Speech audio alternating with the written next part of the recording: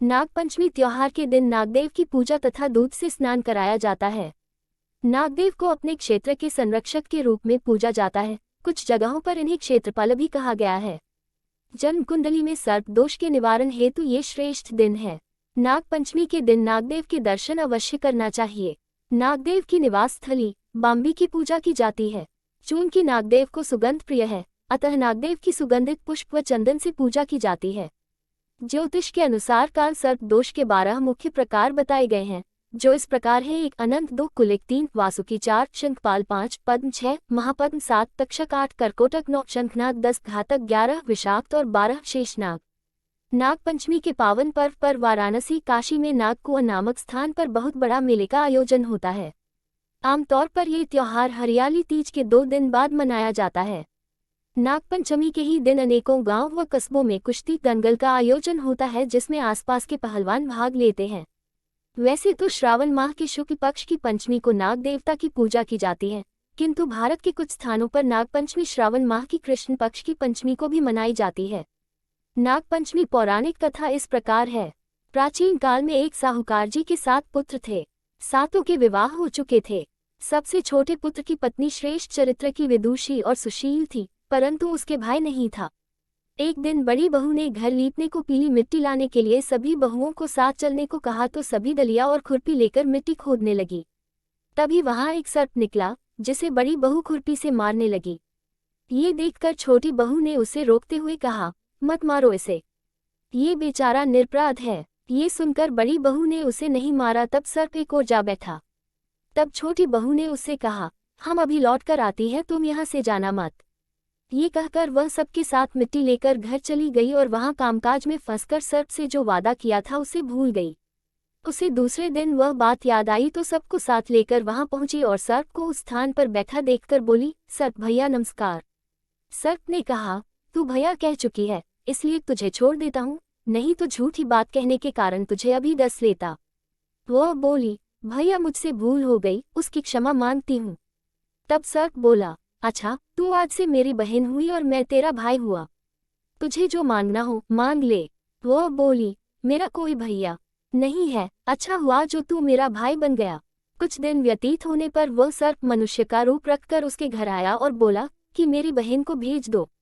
सबने कहा कि इसके तो कोई भाई नहीं था, तो वह बोला, मैं दूर के रिश्ते में इसका भाई हूँ, बचपन में ही बाहर चला गया था। उसके विश्वास दिलाने पर घर के लोगों ने छोटी को उसके साथ भेज दिया। उसने मार्ग में बताया कि मैं वही सर्प हूँ, इसलिए तू डरना नहीं और जहाँ चलने में कठिनाई हो वहाँ मेरी पूंछ पकड़ लेना। उसने कहे अनुसार ही किया और इस प्रकार वह उसके घर पहुँच गई। वहाँ के धन ऐश्वर्य को देखकर वह चकित हो गई। एक दिन सर्प की माता ने उससे कहा, मैं एक काम से बाहर जा रही हूँ, तू अपने भाई को ठंडा दूध पिला देना। उसे यह बात ध्यान न रही और उससे गर्म दूध पिला दिया, जिसमें उसका मुख बेतरह जल गया। ये देखकर सर्प की माता बहुत क्रोधित हुई, परंतु सर्प के समझाने पर चुप हो गई। तब सर्प ने कहा कि बहन को अब उसके घर भेज देना चाहिए। तब सर्प और उसके पिता ने उसे बहुत सा सोना, चांदी, जवाहरात, वस्त्र भूषण आदि देकर उसके घर पहुंचा दिया। इतना ढेर सारा धन देखकर बड़ी बहू ने ईर्ष्या से कहा, भाई तो बड़ा धनवान है, तुझे तो उससे और भी धन लाना चाहिए। सर्प ने यह वचन सुना तो सब वस्तुएं सोने की लाकर दे दी। ये देखकर बड़ी बहू ने कहा, इन्हें झाड़ने की झाड़ू भी सोने की होनी चाहिए। तब सर्प ने झाड़ू भी सोने की लाकर रख दी। सर्प ने छोटी बहू को हीरा मणियों का एक अद्भुत हार दिया था। उसकी प्रशंसा उस देश की रानी ने भी सुनी और वह राजा से बोली कि सेठ की छोटी बहू का हार यहाँ आना चाहिए। राजा ने मंत्री को हुक्म दिया कि उससे वह हार लेकर शीघ्र उपस्थित हो। मंत्री ने सेठ जी से जाकर कहा कि महारानी जी छोटी बहू का हार पहनेंगी, वह उससे लेकर मुझे दे दो। सेठ जी ने डर के कारण छोटी बहू से हार मंगाकर दे दिया। छोटी बहू को ये बात बहुत बुरी लगी। उसने अपने सर्प भाई को याद किया और आने पर प्रार्थना की, भैया, रानी ने हार छीन लिया है, तुम कुछ ऐसा करो कि जब वह हार उसके गले में रहे तब तक के लिए सर्प बन जाए और जब वह मुझे लौटा दे तब हीरो और मणियों का हो जाए। सर्प ने ठीक वैसा ही किया। जैसे ही रानी ने हार पहना वैसे ही वह सर्प बन गया। ये देखकर रानी चीख पड़ी और रोने लगी। ये देखकर राजा ने सेठ के पास खबर भेजी कि छोटी बहू को तुरंत भेजो। सेठ जी डर गए कि राजा न जाने क्या करेगा। वे स्वयं छोटी बहू को साथ लेकर उपस्थित हुए।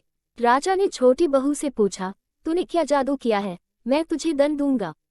छोटी बहू बोली, राजन, धृष्टता क्षमा कीजिए, यह हार ही ऐसा है कि मेरे गले में हीरो और मणियों का रहता है और दूसरे के गले में सर्प बन जाता है। ये सुनकर राजा ने वह सर्प बना हार उसे देकर कहा, अभी पहनकर दिखाओ। छोटी बहू ने जैसे ही उसे पहना वैसे ही हीरो मणियों का हो गया। ये देखकर राजा को उसकी बात का विश्वास हो गया और उसने प्रसन्न होकर उसे बहुत सी मुद्राएं भी पुरस्कार में दी। छोटी वह अपने हार और इन सहित घर लौट आई। उसके धन को देखकर बड़ी बहू ने ईर्ष्या के कारण उसके पति को सिखाया कि छोटी बहू के पास कहीं से धन आया है।